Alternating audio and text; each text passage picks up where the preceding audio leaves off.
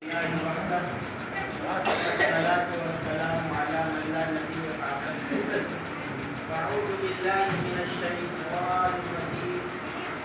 بسم الله الرحمن الرحيم.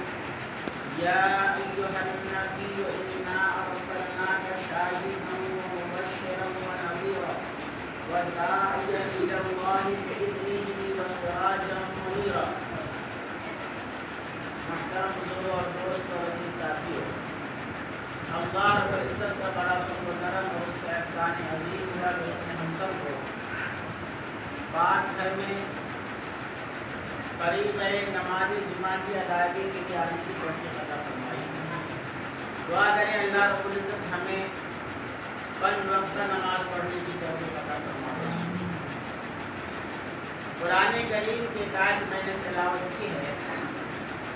اس آیت کریمہ میں اللہ رب العزت نے اپنے حبیب سرور عالم فخر دو عالم احمد مصطفیٰ محمد مصطفیٰ صلی اللہ علیہ وسلم کے 5 مناقب کا تذکرہ فرمایا ہے. آپ کے 5 اوصاف کو ذکر کیا ہے.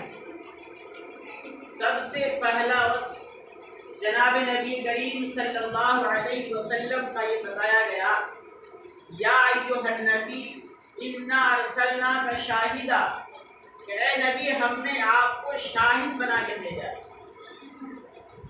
مبشرا، دوسرا وصف آپ کا یہ ہے کہ آپ ان لوگوں کو جو اللہ پہ ایمان رکھتے ہیں، آپ کی رسالت کا اقرار کرتے ہیں، احکامات الہیہ کی پیروی کرتے ہیں، ان کو جنت کی خوشخبری دینے والے. تیسری صفت آپ کی بیان فرمائی گئی وَنَذِيرًا، اور آپ ان لوگوں کو جو اللہ پہ ایمان نہیں رکھتے، آپ کی رسالت کا اقرار نہیں کرتے یا بدعمالیوں کا ارتکاب کرتے ہیں، ان کے لیے آپ نذیر ہیں، یعنی ان کو جہنم سے ڈرانے والے. وَدَاعِيًا إِلَى اللَّهِ بِإِذْنِهِ، اور آپ اللہ کی طرف لوگوں کو بلانے والے ہیں اللہ کی توفیق اور اللہ کے حکم سے. وَسِرَاجًا مُنِيرًا، اور آپ روشن چراغ ہیں. اب میں ذرا اس اجمال کی تفصیل آپ کے سامنے رکھتا ہوں. چونکہ بعض آیات کریمہ ایسی ہوتی ہیں کہ جہاں اجمال ہوتا ہے تو دوسری آیت اس کی تفسیر کرتی ہے، اور کبھی ایسا ہوتا ہے کہ بعض آیات کی تفسیر حدیث پاک سے ہوتی ہے. اس آیت کریمہ کے اندر سب سے پہلا وصف، سب سے پہلی منقبت جو آپ کی ذکر فرمایا گیا ہے وہ ہے شاہدہ، کہ آپ گواہ ہیں، شاہد ہیں. شاہد کہتے ہیں ایسے معاملے پہ گواہی دینا جس معاملہ کو آدمی نے خود دیکھا ہو، آنکھوں دیکھا حال ہو، اس کی گواہی دینا، یا پھر یہ کہ اپنے کانوں سے اس آدمی کی زبان سے سنا ہو جو آدمی ثقہ ہے، معتمد ہے، جو آدمی جھوٹ نہیں بولتا، سچا پکا انسان ہے. تو گواہی کے 2 راستے ہوتے ہیں، یا تو یہ آدمی نے اپنے آنکھوں سے دیکھا ہو اس معاملے کو پھر اس کی گواہی دیتا ہے، یا یہ کہ اس نے اپنے کان سے اس آدمی کے منہ سے سنا ہے جو آدمی ثقہ ہے، قابل اطمینان ہے، سچا ہے. جناب نبی کریم صلی اللہ علیہ وسلم کو جو شاہد فرمایا گیا، ایک روایت ہے بخاری کی، سنن نسائی کے اندر بھی یہ روایت اور ترمذی شریف کے اندر بھی یہ روایت ہے. حضرت ابو سعید خدری رضی اللہ تعالیٰ عنہ سے روایت ہے. حدیث کے الفاظ گرچہ لمبا اور طویل ہیں، مگر بعض الفاظ یہ ہیں جس کا مفہوم یہ ہے کہ کل قیامت کے دن میدان حشر میں اللہ رب العزت حضرت نوح علیہ السلام کی امت کو طلب فرمائیں. جب قوم نوح بلائی جائے گی، اس قوم سے پوچھا جائے گا بتاؤ تیرے پاس میری طرف سے کوئی نذیر، کوئی پیغمبر پہنچا، تم کو توحید کی دعوت دی، تم کو اللہ کے احکامات پہنچائے؟ وہ قوم انکار کرے گی، میرے پاس کوئی نذیر نہیں آیا، میرے پاس کوئی داعی نہیں آیا، مجھ کو کوئی بھی آپ کے احکامات کو بتلانے والا نہیں آیا. اب باری تعالیٰ حضرت نوح علیہ السلام کو طلب فرمائیں گے. حضرت نوح علیہ السلام سے پوچھا جائے گا میں نے آپ کو نبی بنا کر بھیجا تھا، آپ میری طرف سے فرستادہ تھے، میرے احکامات کو پہنچانے کے پیغمبر تھے۔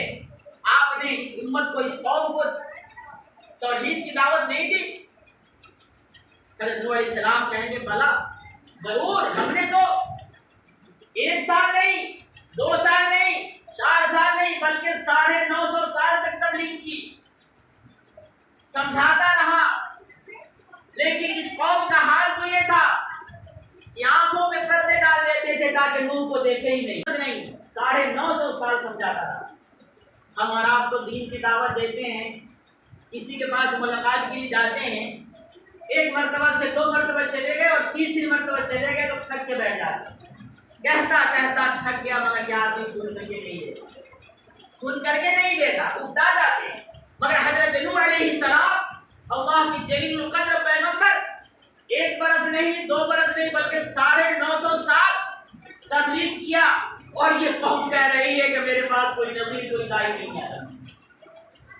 اللہ رب العزت اس امت کو، امت محمدیہ کو پیش فرمائیں گے۔ اب یہ امت کہے گی، بعض روایت میں آتا ہے کہ جناب نبی کریم صلی اللہ علیہ وسلم خود سامنے آئیں گے، ان کو بلایا جائے گا، اور ہمارے حبیب ہم سب کے محبوب احمد مصطفیٰ محمد مصطفیٰ صلی اللہ علیہ وسلم تصدیق کریں گے کہ حضرت نوح صحیح کہہ رہے ہیں، حضرت نوح نے دعوت دی، حضرت نوح نے ڈرایا، مگر اس قوم نے مانا نہیں۔ اور بعض روایت میں آتا ہے کہ اس امت کو پیش کیا جائے گا، اب یہ امت کہے گی کہ ہاں حضرت نوح علیہ السلام نے اپنی قوم کو ڈرایا ہے، دعوت دی ہے، مگر قوم نے انکار کر دیا۔ اب وہ امت جو ہے، وہ قوم جو ہے، قوم نوح کہے گی اے باری تعالیٰ، میرا زمانہ بہت پہلے کا ہے، ان کا زمانہ بہت بعد کا ہے، کئی 100 سال کا فاصلہ ہے، اور میرے خلاف یہ امت کیسے گواہی دے رہی ہے؟ نہ میں نے ان کو دیکھا، نہ اس نے مجھ کو دیکھا، بھلا یہ کیسے گواہی دے رہی ہے؟ اگر یہ زمانہ حضرت نوح کا پا لیتی، مجھے دیکھ لیتی اور پھر گواہی دیتی، اچھی بات تھی۔ یہ امت جرح کرے گی، قوم نوح جرح کرے گی اس امت پر کہ اس امت کی گواہی معتبر نہیں ہے، کیسے گواہی دے رہی ہے؟ اللہ رب العزت حاکم ہے، عادل ہے، ان کی عدالت میں معاملہ ہے۔ باری تعالیٰ اس امت سے کہیں گے تم کیسے گواہی دے رہی ہو؟ بتاؤ تمہاری گواہی دینے کا سبب کیا ہے؟ کیوں کر گواہی دے رہی ان کے خلاف؟ یہ امت کہے گی اے باری تعالیٰ، آپ نے آخری نبی احمد مصطفیٰ محمد مصطفیٰ صلی اللہ علیہ وسلم کو بھیجا تھا، میرے نبی نے مجھے بتایا، آپ کے قرآن کے اندر اس کا تذکرہ آیا، اس لیے میں گواہی دے رہا ہوں، کیونکہ مجھ کو ثقہ راویوں سے اور ایسی شخصیتوں کے ذریعے مجھ تک یہ بات پہنچی ہے جو کبھی جھوٹ نہیں بول سکتے، صادق ہے وہ ذات، مصدوق ہے وہ ذات کبھی جھوٹ نہیں بول سکتی۔ اس لیے جناب نبی کریم صلی اللہ علیہ وسلم نے مجھے بتایا۔ اب عقائے بدری سے پوچھا جائے گا آپ نے خبر دی؟ باری تعالیٰ بالکل میں نے خبر دی، آپ نے مجھ کو بتایا، میں نے ان کو بتایا۔ اب حضرت نوح کی قوم جب اس پر بھی اڑے گی، اب ان کی زبان پہ مہر لگا دی، اب ان کی زبان بند، اب سارے اعضائے جوارح گواہی، ان کے شرک کی، ان کے کفر کی، ان کی بدعمالیوں کا۔ تو اس طریقے پر جناب نبی کریم صلی اللہ علیہ وسلم گواہ ہیں اور یہ امت گواہ ہیں۔ قرآن کریم کے اندر دوسری جگہ فرمایا گیا وَكَذَلِكَ جَعَلْنَاكُمْ أُمَّةً وَسَطًا لِتَكُونُوا شُهَدَاءَ عَلَى النَّاسِ وَيَكُونَ الرَّسُولُ عَلَيْكُمْ شَهِيدًا، کہ یہ امت بھی گواہ ہے اور اس امت کا نبی بھی گواہ ہے، باقی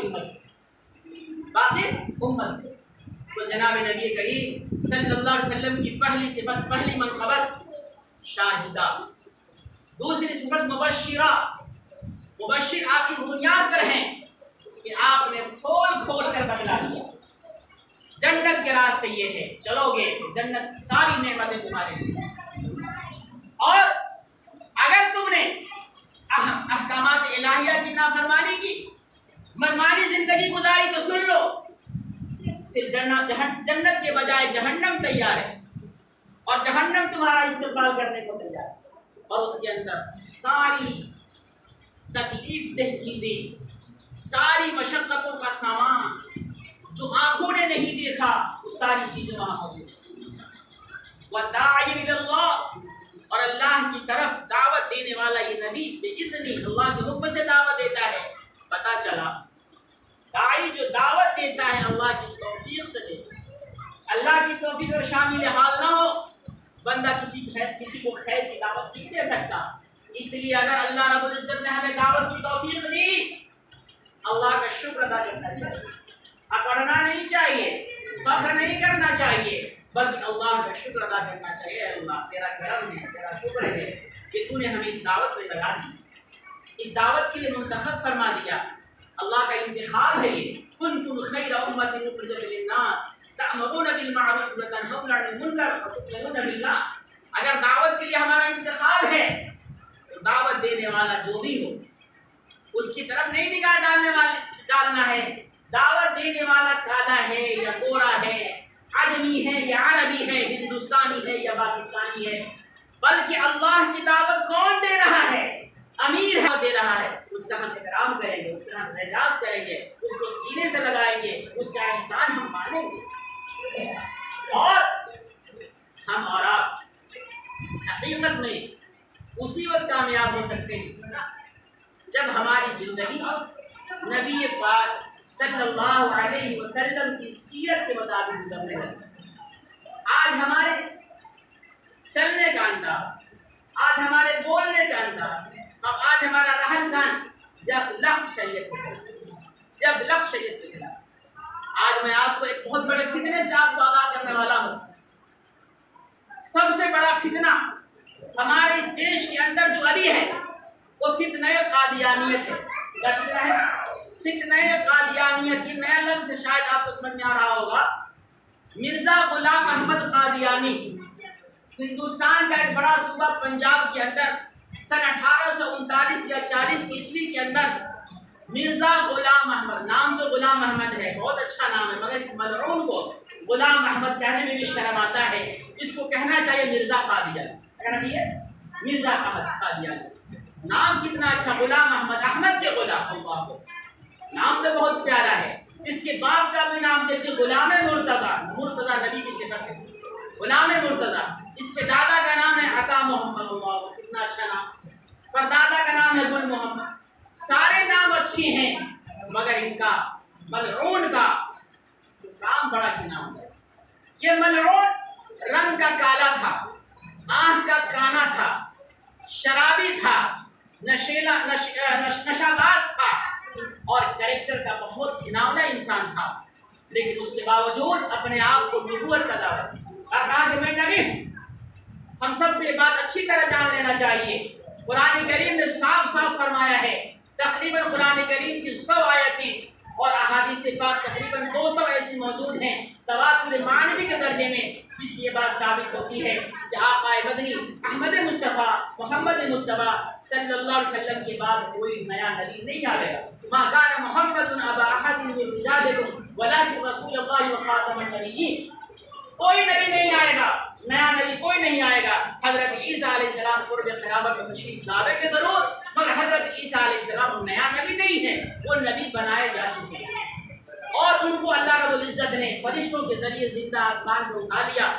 کل قرب قیامت کے اندر جب امام مہدی کا ظہور ہوگا تو ادھر امام مہدی کا ظہور ہوگا، پھر حضرت عیسیٰ علیہ السلام کا آسمان سے نزول ہوگا۔ امام مہدی امامت کے لیے کھڑے ہوں گے، ان کے پیچھے تکبیر ہو چکی ہوگی اور دمشق کے منارہ بیضا پر جو پورب کی جانب ہے ان پر فرشتے لا کر عیسیٰ علیہ السلام کو چھوڑ دیں گے، پھر وہاں سے سیڑھی لگایا جائے گا، ان کو اتارا جائے گا۔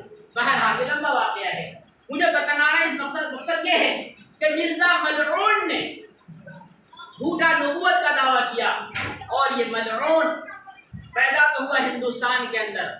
جب ہندوستان کی تقسیم عمل میں آئی تو اس کے دمچھلے اس کے ماننے والے پاکستان کے ربوہ نامی جگہ پہ چلے گئے، وہاں سے اپنا پروپیگنڈا شروع کیا۔ پھر جب ہندو پاک کے علماء نے اس کا پیچھا کیا، اس کا تعاقب کیا، حتیٰ کہ پاکستان کی اسمبلی نے یہ پاس کر دیا ذوالفقار علی بھٹو کے زمانے میں کہ قادیانی کافر ہے اور یہ اپنے نام کے ساتھ نہ مسلم کا لفظ لکھ سکتے ہیں نہ بول سکتے ہیں۔